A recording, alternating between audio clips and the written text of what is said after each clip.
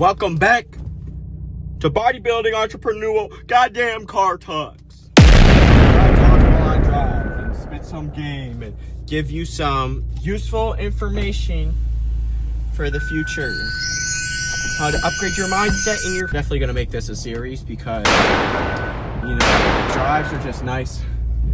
Like 6-minute talks, I kind of like the clipping of the podcast, but this podcast is my life. They call it the lazy way to get in shape. Today's topic: bodybuilding. I'm just playing. I don't really know what to talk about. I could just give you my thoughts on the bodybuilding show. We diet for months. We diet for months, and the physique has gone back to pre-bodybuilding show in like 2 weeks. Here's what I will say. This is actually what will shift the topic to. This is why you should not cut for the summer. And you should cut before the summer and then rebound back. Listen, being lean is so damn unhealthy. Especially the level of lean that you're actually looking for. A lot of you want a nice ripped six-pack like this. Because to take your shirt off for the girls this summer. I'll tell you what that entails. Having a ripped six-pack and being the most shredded motherfucker on the beach. It's called the lazy way to get in shape. Because you don't need the shot. You think you're going to be on that beach and you're going to be like, yeah, it looks so good. You drink a beer, be like, yeah. Come on, shorty, you fucking with your boy. But in reality, you're actually going to be so deprived of food and water and everything that when you have one slip up, you go into an immediate health crisis. For example, I would go to the gym with my friend, right? And after we worked out, I would have electrolytes ready. I would have a little snack ready because I knew that I needed food after I worked out. Because before, if I go too long without having food after my workout, you think it's bad when you're bulking? Holy fuck, when you're shredded, you feel like you're about to die, bro. I remember one time specifically. It's called the lazy way to get in shape. I'm with my friends. We go hit a workout. We go back to his house, and I hit the cart, right? Let me tell you, the second I hit that cart, my entire body has a full-blown freak out. And this is actually what actually happens. Every time you smoke, your body will have a full-blown freak out because your body cannot handle the marijuana. Your body will quite literally reject it because if your body already doesn't agree with it, I remember I would get like swollen lymph nodes because my body, whenever I would smoke, your body cannot filter out the toxins. So any bad parts of the weed instantly starts going into your system. It feels like your heart is about to stop, and you need food instantly. I remember he was like, I'm gonna go to Chipotle after. We were like, I want to go to the market, and the game was on. It was March Madness. I was like, bro, can we go to the market now? Can we go to the market right fucking now? Because I could not go a second longer without food. I shit you not. I sped with him and my other friend in the car. I sped my ass to the fucking market basket like this, but being low-key about it, being nonchalant, holding my chest.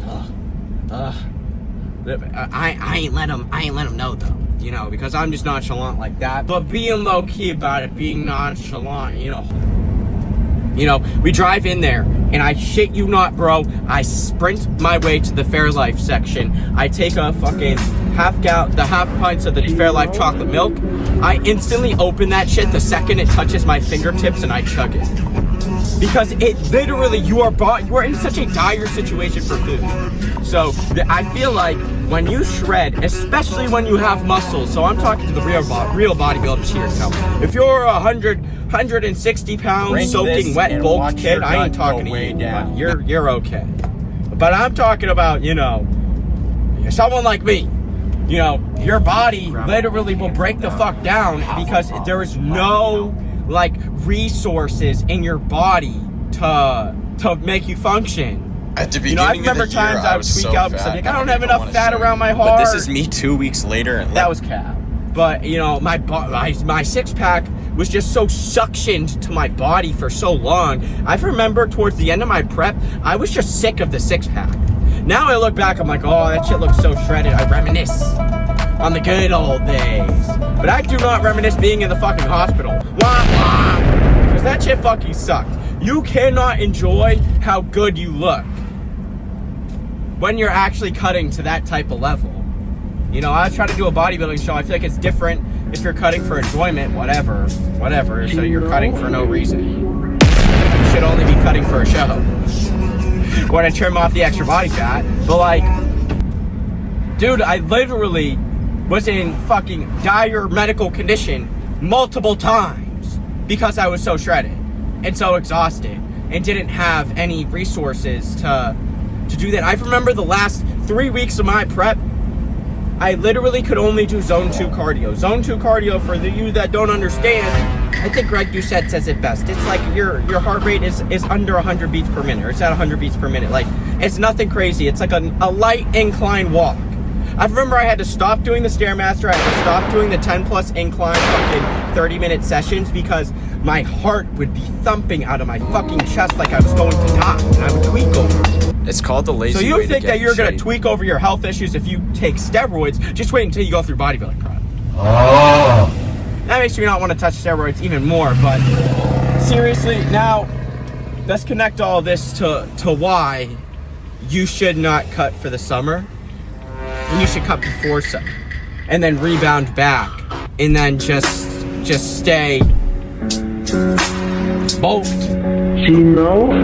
Kind of bulked.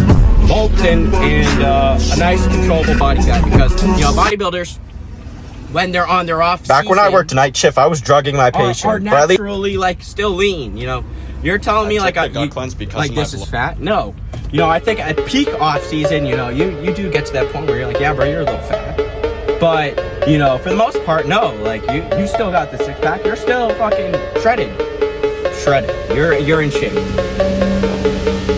I'll tell you right now, your libido goes so fucking low that you think you're gonna be so shredded that you're gonna fuck so many shorties. But in reality, bro, these people on the road are wild. In reality, you are literally not gonna be able to get it up. You're gonna be in a dire health crisis, you know, multiple times a week. And I'll tell you another story. I remember I was at my friend's house, and I was so hungry that I would sit there and go like this. I'd start biting my hand, bro, because I was so damn hungry. It's not worth it.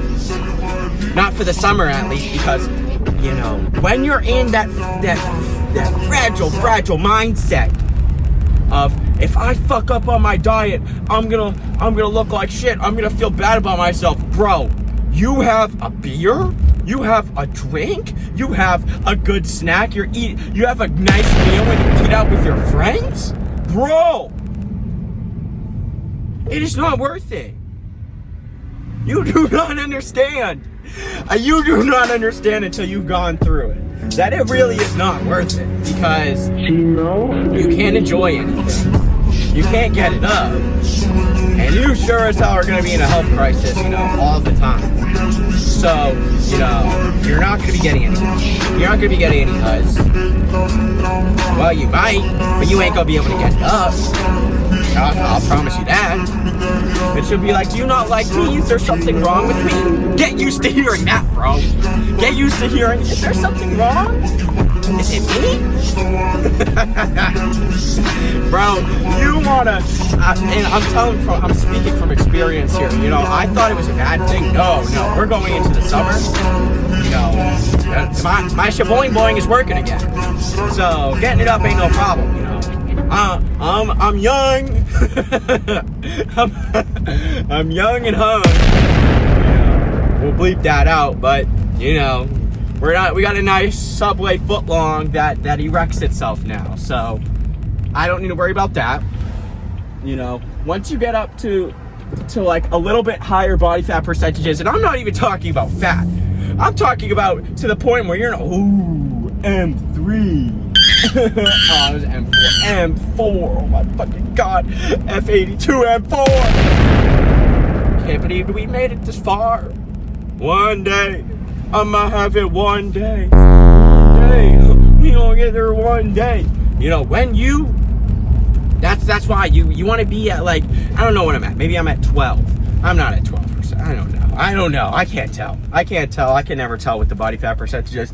Let's say 12, 13%. You know, where you still got like an actual layer of fat and water over your muscles, but you still can like, you know, still see the definition everywhere. That is where you want to be. You are optimally your hormones are up. Your hormones are optimized. You're operating the best in the gym. So when you get a fucking pump, you know, you feel great. You know, you don't need to feel like you're super shredded and Superman all the time. You know, and then I'm still confident enough to take my shirt off, you know, for the girls this summer. They call it the lazy way to get in shape. Your boy might have capped though, because you know, my peak shred was before the summer, so I did not do it to take my shirt off for the girls this summer. I would say cook it for about 60 minutes, no seasoning, and get nice and dry, like, and pose like a fucking idiot. But hey, it was nice. It was a crazy experience. It built me as a person, and it was worth it. But personally, you know, I think doing the shows in that part of the year, you know, April, it's honestly very optimal because, you know, now we go into the summer. April and May, I think, is a good show time, or later in the year. But, you know, you just shouldn't be like peak off season, you know, during the summer. That's just my opinion.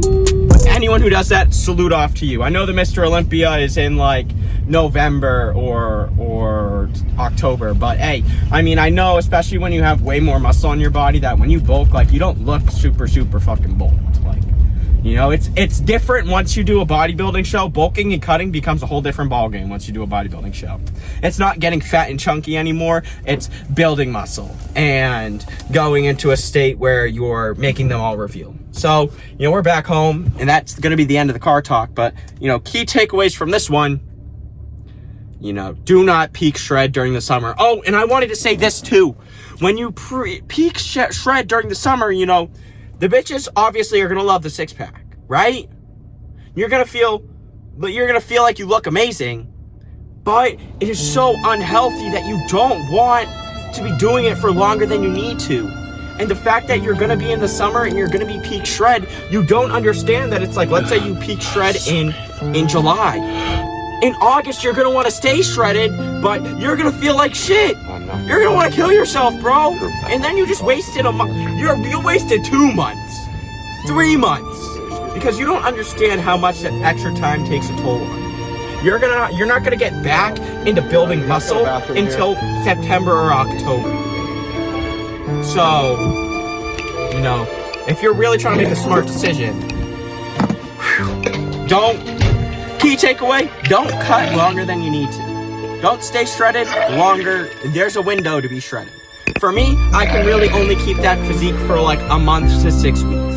I'll say 6 weeks. I can only keep that physique for 6 weeks, and then it's gone. 6 weeks is my limit, and I'm sticking to it. Let's go. This was a great video. You're gonna see a bunch of these. I love the car talks. Somehow, some way, we're all gonna make it. Let's go, boys.